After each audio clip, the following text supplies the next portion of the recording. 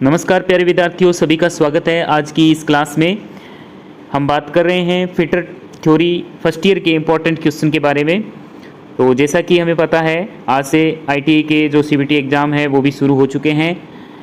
हम बात करें तो इससे पहले 35 क्वेश्चन कंप्लीट कर चुके हैं। आज इसके बाद के क्वेश्चनों को कवर करेंगे। तो आइए शुरुआत करते हैं। Read the measurement in the dial caliper. आज का जो क्वेश्चन है, डायल कैलिपर की रीडिंग बतानी है।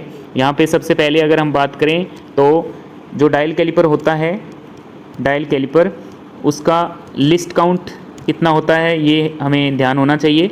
तो इसकी जो अल्पतमांक या फिर लिस्ट काउंट होती है वो है 0.05 मिलीमीटर। यहाँ पे आप देख सकते हैं, इसके ऊपर भी लिखा हुआ है। इसकी अगर रीडिंग की बात करें तो सबसे पहले हमें मेन स्केल की रीडिंग पता होना चाहिए। मेन स्केल की जो रीडिंग है वो कितनी है, इसमें यहाँ पर आप देख सकते हैं 25 mm या मिलीमीटर, ये आपकी मेन स्केल की रीडिंग हो जाएगी। इसके बाद में यहाँ पर जो डायल स्केल दिखाया गया है इसकी रीडिंग हमें पता करनी है। तो डायल स्केल की अगर बात करें तो इसके जो 24 भाग है उसको हम 0.05 से गुणा कर देंगे, क्योंकि जो अल्पतमांक होता है वो इसके एक भाग का मान होता है। यहाँ पर जो डायल के टोटल भाग है, डायल के अंदर टोटल 100 भाग होते हैं। उसमें से अगर बात करें इसके 24 भाग की, तो 24 भाग की जो वैल्यू है वो हो जाएगी 1.2 मिलीमीटर। 24 को 0.05 से मल्टीप्लाई कर देंगे तो टोटल इसकी जो रीडिंग है वो यहाँ पर निकल कर आएगी 26.2 मिलीमीटर। यही इसका राइट आंसर हो जाएगा। जैसा कि आप देख पा रहे हैं, इसमें जो डी ऑप्शन है वो इसका करेक्ट आंसर होगा। अगला क्वेश्चन है, what operation is carried out in a gang drilling machine. एक गैंग ड्रिलिंग मशीन में क्या ऑपरेशन किया जाता है। तो इसका जो राइट आंसर है वो डी ऑप्शन हो जाएगा, ड्रिलिंग का क्रमिक संचालन, यानी successive operation of drilling. Successive operation का मतलब होता है कि जब हम एक साथ सभी ऑपरेशन कर रहे होते हैं, जैसे सबसे पहले ड्रिलिंग किया, उसके बाद में हम रिमिंग करते हैं, देन उसके बाद में टेपिंग करते हैं। ये सारे काम जब एक ही मशीन पे किए जाते हैं एक साथ, तो उसे हम सक्सेसिव ऑपरेशन कहते हैं। तो ये जो है वो गैंग ड्रिलिंग मशीन में किए जाते हैं। तो इसका जो आंसर है वो डी ऑप्शन हो जाएगा। नेक्स्ट की अगर बात करें, क्वेश्चन है, वर्नियर बेवल प्रोटेक्टर में स्टोक का एक अभिन्न हिस्सा कौन सा है। तो वर्नियर बेवल प्रोटेक्टर के अंदर जो स्टोक है उसके साथ में इसका जो भाग है वो डायल होता है। स्टोक के साथ में जो डायल है वो इसमें जुड़ा हुआ होता है। तो इसका जो करेक्ट आंसर है वो बी ऑप्शन हो जाएगा। डिस्क की अगर बात करें तो ये जो वर्नियर बेवल प्रोटेक्टर होता है उसका बाहरी भाग होता है, जिसके ऊपर मेन स्केल डिवीजन अंकित होते हैं, यानी डिग्री के अंदर जिसमें अंशांकन बनाए हुए होते हैं उसे हम डिस्क कहते हैं। यहाँ पर अगर बात करें अगले क्वेश्चन की, 39 नंबर का क्वेश्चन है। इसके अंदर हमें एक फाइल के भाग का नाम पूछा गया है। यहाँ पर जो भाग दिखाया गया है उसे हम क्या कहते हैं, उसे हम फेरूल कहेंगे। ये जो यहाँ पर भाग दिखाया गया है इसे हम क्या कहेंगे, फेरूल कहते हैं। फेरूल जो है वो एक मेटल रिंग होती है। ये मेटल की क्या होती है, एक रिंग होती है, जो क्या काम करती है, हैंडल को फ्रैक्चर होने से बचाती है, टूटने से बचाती है। इसे हम क्या कहते हैं, फेरूल कहते हैं। तो इसका राइट आंसर फेरूल हो जाएगा। नेक्स्ट क्वेश्चन, जॉब को फिनिश साइज के करीब लाने के लिए किस फाइल का प्रयोग किया जाता है। Which file is use to make the job close to the finishing size. इसका जो राइट आंसर है वो क्या हो जाएगा, यहाँ पर सी ऑप्शन जो है सेकंड कट फाइल हमारा सही उत्तर हो जाएगा। अगला क्वेश्चन है 41, किस फाइल में समानांतर किनारे पूरे लंबाई में होते हैं। यानी कि जो फाइल होती है उसके अंदर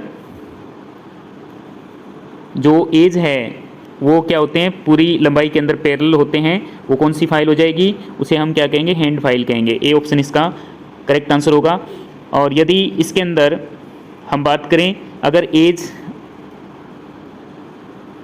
आगे से अगर टेपर है, आगे से अगर टेपर है तो उसे हम क्या कहेंगे, उस फाइल को हम क्या कहेंगे, फ्लैट फाइल कहेंगे, फ्लैट फाइल। और ये जो टेपर होता है वो जो लंबाई होती है वो पूरी लंबाई की 1/3 भाग होती है, यानी पूरी लंबाई का जो तीसरा भाग है वो टेपर किया जाता है, उसे हम फ्लैट फाइल कहते हैं। अगला क्वेश्चन, बेंच वाइज को बनाने की सामग्री क्या है, यानी बेंच वाइज को किस धातु से बनाया जाता है। तो इसका जो राइट आंसर है वो कास्ट आयरन हो जाएगा, डलवा लोहा, जिससे हम क्या करते हैं, बेंच वाइज की बॉडी को बनाते हैं। ठीक है, बेंच वाइज की बॉडी को किस धातु से बनाया जाता है, डलवा लोहे से बनाया जाता है। अगर बात करें हाई कार्बन स्टील की, तो इससे हम क्या बनाते हैं, बेंच वाइज के जो जबड़े होते हैं जिसे हम जा बोलते हैं, तो उसको हम हाई कार्बन स्टील से बनाते हैं। अगला क्वेश्चन, कौन सी मार्किंग मीडिया मशीन से तैयार सतहों पर स्पष्ट रेखाएं प्रदान करती है, यानी क्लियर लाइन प्राप्त करने के लिए हमें किस मार्किंग मीडिया का प्रयोग करना पड़ता है। तो इसका राइट आंसर हो जाएगा बी ऑप्शन, पर्शियन ब्लू, जिसे हम नील भी कहते हैं। इससे हम क्लियर रेखाएं या स्पष्ट रेखाएं प्राप्त कर सकते हैं। या फिर अगर हम बात करें तो इसका प्रयोग मशीनिंग की गई सतहों पर किया जाता है, मशीनिंग की गई या फिर फिनिशिंग सरफेस जो होती है उसके ऊपर हम पर्शियन ब्लू का प्रयोग करते हैं। अगर रफ सरफेस की बात करें, तो इसके ऊपर वाइट वाश का प्रयोग किया जाएगा। और अगर कॉपर सल्फेट की बात करें तो इसका प्रयोग भी हम फिनिशिंग की गई सतहों पर करते हैं। सेल्यूलोज लेकर की अगर बात करें, सेल्यूलोज लेकर जो होता है वो तेज़ी से सूखने वाला मार्किंग मीडिया है, ये भी कई बार पूछा जाता है। अगला क्वेश्चन है, स्लॉटेड एंगल प्लेट में दिए गए स्लॉट का क्या उद्देश्य है। तो इसका जो राइट आंसर है वो जॉब क्लैंपिंग, यानी जॉब को पकड़ने के लिए एंगल प्लेट में स्लॉट बनाए जाते हैं। अगला क्वेश्चन है, राउंड बार के केंद्र को चिन्हित करने के लिए किस कैलिपर का प्रयोग किया जाता है। तो इसका राइट आंसर जेनी कैलिपर हो जाएगा। जेनी कैलिपर से हम किसी भी गोल जॉब के सेंटर का मार्किंग करना हो या फिर सेंटर निकालना हो तो जेनी कैलिपर का प्रयोग किया जाता है। अगर हम बात करें तो जेनी कैलिपर को और किस नाम से जाना जाता है, यहाँ पर अगर हम बात करें तो हर्मोफ्रोडाइट कैलिपर भी इसको बोला जाता है, या फिर ओड लेग कैलिपर भी जेनी कैलिपर के ही नाम है, ये भी हमें ध्यान रखना है। अगला क्वेश्चन है, name the part mark as x. यहाँ पर जो डायग्राम दिखाया गया है ये डायग्राम किस चीज़ का है, इसे हम क्या कहते हैं, डिवाइडर। तो इस डिवाइडर के जो भाग का नाम है वो बताना है। यहाँ पर इस भाग का क्या नाम होगा, तो इसे हम क्या कहेंगे, फलक्रम बोलते हैं, या फिर इसको पिवोट भी बोला जाता है। तो इस भाग से लेकर जो लेग का पॉइंट होता है, ये जो सबसे नीचे वाला भाग है इसे लेग पॉइंट बोलते हैं।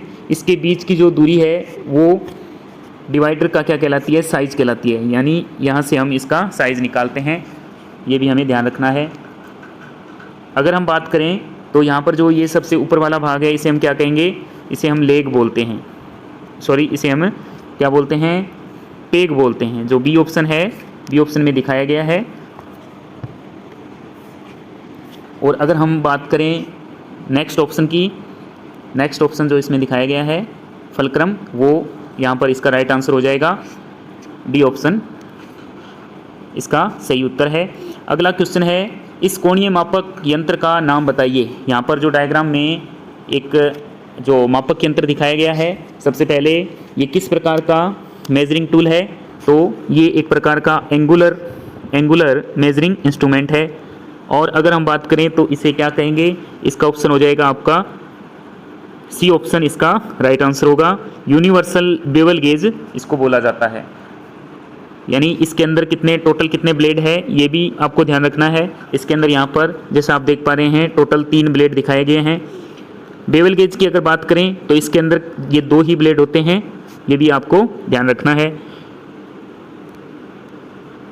नेक्स्ट क्वेश्चन है, which is used for filing narrow groove and angle 10 degree above 10 degree, यानी कि 10 डिग्री से ऊपर के संकीर्ण खांचे और कोण को फाइलिंग करने के लिए इस फाइल का प्रयोग किया जाता है।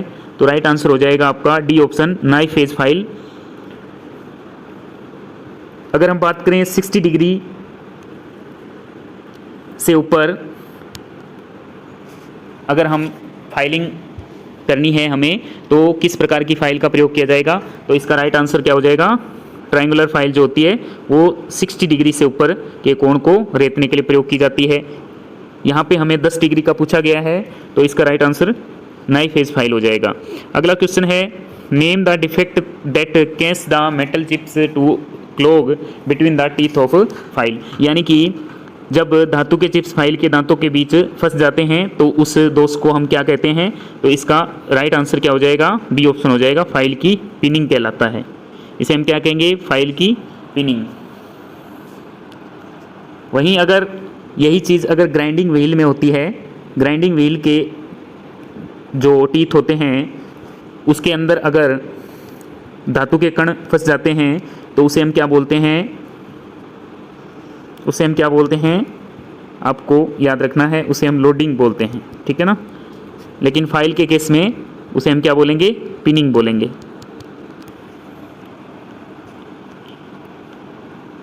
बात करें अगर अगले क्वेश्चन की, तो यहाँ पर पूछा गया है ऑयल ग्रू को काटने के लिए किस छेनी का प्रयोग किया जाता है? तो इसका राइट आंसर क्या हो जाएगा?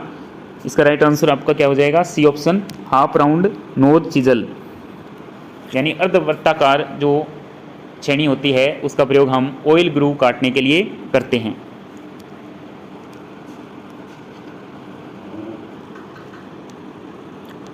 अगला क्वेश्चन है, इस फाइल का नाम बताएं।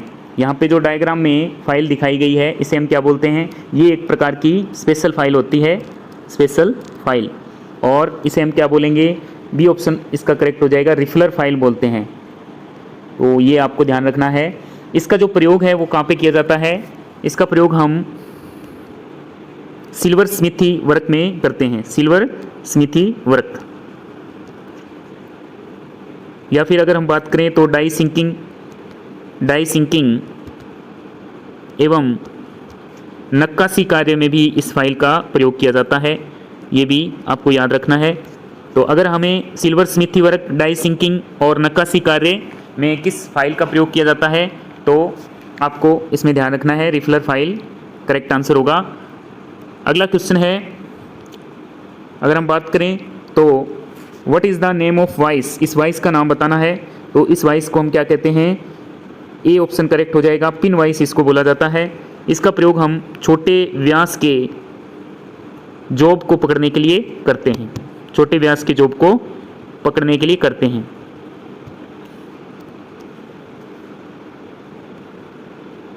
अगला क्वेश्चन है, which grinding machine is used for heavy duty work. Heavy duty work के लिए किस ग्राइंडिंग मशीन का प्रयोग किया जाता है? तो हैवी ड्यूटी में आपका pedestal grinder, C option correct हो जाएगा। वहीं अगर बात करें लाइट ड्यूटी की, लाइट ड्यूटी यानी कि हल्के कार्य के लिए, तो इसमें आपका बेंच ग्राइंडर का प्रयोग किया जाएगा। अगला क्वेश्चन है, which chisel is used for separating material after chain drilling. Chain drilling के बाद में मेटल को अलग करने के लिए किस छेनी या चीजल का प्रयोग किया जाता है? तो वेब छेनी इसका करेक्ट आंसर हो जाएगा। अगला क्वेश्चन है, which file is used for sharpening the teeth of wood working saw. Wood working saw के दांतों को शार्प करने के लिए किस फाइल का प्रयोग किया जाएगा? तो इसका आंसर मील सा फाइल हो जाएगा। जैसा कि आप देख पा रहे हैं इस फाइल के अंदर सा लिखा हुआ है, सो ये नाम आ रहा है, तो इससे हमें यहाँ पर आप देख सकते हैं जो आरी के दांत होते हैं उसको तेज करने के लिए मील सा फाइल का प्रयोग किया जाएगा। अगला क्वेश्चन है, हथौड़े के वजन को कहाँ दर्शाया जाता है? तो इसका राइट आंसर चिक हो जाएगा। 57 का क्वेश्चन है, what will be the effect if the clearance angle of chisel is less than recommended angle while chipping. यानी चिपिंग जो करते हैं तो उस दौरान जब चीजल का निकासी कोण किसको बोलते हैं? क्लियरेंस एंगल को बोलते हैं। क्लियरेंस एंगल अगर कम है तो क्या इफेक्ट होगा? तो इसका जो राइट आंसर है वो ए ऑप्शन हो जाएगा, कटिंग एज घुस नहीं सकती, छेनी फिसल जाएगी। जैसा कि हम अगर बात करें तो यहाँ पे ये जो जॉब की सरफेस हो गई और ये आपका इसमें यहाँ पे ये चीजल हो गया, तो इसके जो ये वाला जो एंगल है, जो चीजल की निचले वाली जो एज होती है और जो सरफेस की ऊपरी सतह होती है, इसके बीच का जो एंगल है उसको हम क्या कहते हैं? क्लीयरेंस एंगल कहते हैं। क्या कहते हैं? Clearance angle. वहीं अगर बात करें तो ये जो ऊपर वाला एंगल है, ऊपर वाला जो एंगल होता है उसको हम क्या कहते हैं? रेक एंगल कहते हैं। ठीक है, ये आपको ध्यान रखना है। तो यहाँ पे जो ये क्लीयरेंस एंगल है ये अगर कम होगा, यानी कि चीज़ल अगर मान लो यहाँ पे है, यहाँ पे ये एंगल अगर कम होगा तो क्या होगा? छेनी फिसल जाती है, chisel will slip. A option इसका करेक्ट होगा। वहीं अगर ये एंगल अगर ज़्यादा होगा तो बी ऑप्शन इस कंडीशन में आपका सही हो जाएगा। Cutting edge dig in will be deeper, यानी कट गहरा हो जाएगा। तो ये आपको ध्यान रखना है। क्लीयरेंस एंगल ज़्यादा या कम के केस में आपके ए और बी ऑप्शन होंगे। ए ऑप्शन इसका राइट आंसर होगा। यहाँ पे जो क्वेश्चन में पूछा गया है उस केस में आपका ए ऑप्शन राइट हो जाएगा। और बी ऑप्शन की अगर बात करें तो ये जब क्लीयरेंस एंगल अधिक होता है तब जो कटिंग एज है वो डिग हो जाता है, यानी कि डीपर, अधिक गहरा, वहाँ पर जो कट है वो बनता है। अगला क्वेश्चन 58 नंबर का, टूटे बिना तन्यता बलों के प्रभाव का विरोध करने वाली धातु की प्रॉपर्टी बतानी है। Metal to resist the effect of tensile forces. ये आपको वर्ड ध्यान में रखना है। टेंसाइल फोर्सेस अगर इसका जो इफेक्ट है उसका अगर विरोध करने वाला जो गुण है उसे हम क्या कहते हैं? बी ऑप्शन इसका करेक्ट होगा। टेनेसिटी कहते हैं इसे, हम दृढ़ता भी बोल सकते हैं, दृढ़ता, या फिर इसको तननता भी बोला जाता है। तो ये गुण जब किसी धातु में होता है तो वो कौन से बल का विरोध करेगी? तन्यता बल, या फिर इसे टेंसाइल फोर्सेस भी बोलते हैं। टेंसाइल फोर्सेस का क्या करती है? विरोध करती है। अगला क्वेश्चन 59, एक्स के रूप में चिन्हित भाग का नाम क्या है ये बताना है आपको। यहाँ पे जो एक्स जो भाग है उसे हम क्या कहते हैं? तो उसे हम क्या कहेंगे? एनविल कहेंगे। क्या कहेंगे? एनविल। इसका ए ऑप्शन राइट होगा। थिम्बल की अगर बात करें तो ये वाला जो भाग है इसे हम क्या कहते हैं? थिम्बल कहते हैं। ठीक है, और जो लास्ट में जो ये वाला भाग है इसे हम क्या कहेंगे? रेचेट स्टॉप कहेंगे, रेचेट स्टॉप। तो अगर हम बात करें यहाँ पर जो ये माइक्रोमीटर के भाग है इसके अंदर अगर हम बात करें तो एनविल जो होता है ये एक प्रकार की क्या होती है? मेजरिंग फेस होता है ये। ठीक है ना, ये क्या होता है? एक प्रकार का मेजरिंग फेस होता है। वहीं अगर हम बात करें तो इसका जो मटेरियल है या फिर जो एनविल है ये किस धातु से बनाया जाता है? ये टंगस्टन कार्बाइड से बनाया जाता है। ये भी आपको ध्यान रखना है। ये भी पूछा जाता है कि माइक्रोमीटर के अंदर जो एनविल होता है वो किस धातु से बनाया जाता है? तो ये टंगस्टन कार्बाइड से बनाया जाता है। यहाँ पर अगर हम बात करें तो इसका जो दूसरा मेजरिंग फेस है, क्योंकि जब हम किसी जॉब को मापते हैं तो यहाँ पर जो कोई भी इंस्ट्रूमेंट है उसके दोनों तरफ कांटेक्ट होता है। तो यहाँ पे जो दूसरी तरफ कांटेक्ट हो रहा है वो स्पिंडल का एक फेस होता है। ये जो स्पिंडल आप देख पा रहे हो इसका जो एक फेस है वो कांटेक्ट में आता है। तो यहाँ पर ये भी एक प्रकार से जो स्पिंडल है वो मेजरिंग फेस का काम करता है। Measuring face. तो यहाँ पर जब इन दोनों फेस के बीच में हम कोई भी प्रेशर को समायोजित करते हैं या फिर एक समान प्रेशर अगर हमें यहाँ पर लगाना होता है तो किस भाग का प्रयोग किया जाता है? यहाँ पर जो ये लास्ट में जो भाग देख रहे हैं रेचेट स्टॉप, इसका उपयोग क्या होता है? दोनों मेजरिंग सतहों के बीच में एक समान यानी यूनिफॉर्म प्रेशर को ये क्या करता है? अप्लाई करता है। अगला क्वेश्चन है, what is the accuracy of matric outside micrometer? Metric outside micrometer की एक्यूरेसी क्या होती है? या फिर अगर हम इसे अगर कहें तो अल्पतमांक भी बोला जाता है। अल्पतमांक यानी लिस्ट काउंट एक ही बात है। तो इसकी जो वैल्यू है वो कितनी हो जाएगी? 0.01 मिलीमीटर इसका करेक्ट आंसर होगा। ए ऑप्शन इसका करेक्ट आंसर हो जाएगा। अगला क्वेश्चन है, एक्स के रूप में चिन्हित भाग का नाम बताएं। यहाँ पर हमें एक डायग्राम दिखाया गया है। तो इसके अंदर आप देख सकते हैं ये किस चीज़ का डायग्राम है? ड्रिल है। इसके जो भाग का नाम पूछा गया है इसे हम क्या कहेंगे? कटिंग एंगल इसका राइट आंसर हो जाएगा। ऑप्शन की अगर बात करें तो यहाँ पे पॉइंट एंगल दे रखा है, तो पॉइंट एंगल या फिर इसको हम कटिंग एंगल भी बोल सकते हैं, एक ही बात है। अगला क्वेश्चन है ड्रिल सैंक में किस प्रकार का टेपर दिया जाता है, which type of taper is provide in the drill shank. तो इसका राइट आंसर क्या हो जाएगा, मोर्स टेपर हो जाएगा। यहाँ पे अगर हम बात करें तो मोर्स टेपर 1 से लेकर मोर्स टेपर 5 तक ड्रिल के अंदर ये मोर्स टेपर दिए जाते हैं। तो आज की वीडियो में इतना ही। नेक्स्ट क्वेश्चन जो भी है वो हम अगले वीडियो में कंप्लीट करेंगे। तब तक के लिए धन्यवाद। चैनल पे नए हैं तो सब्सक्राइब ज़रूर करें, अपने दोस्तों के साथ शेयर करें और वीडियो अगर अच्छी लगी हो तो लाइक ज़रूर करें। धन्यवाद।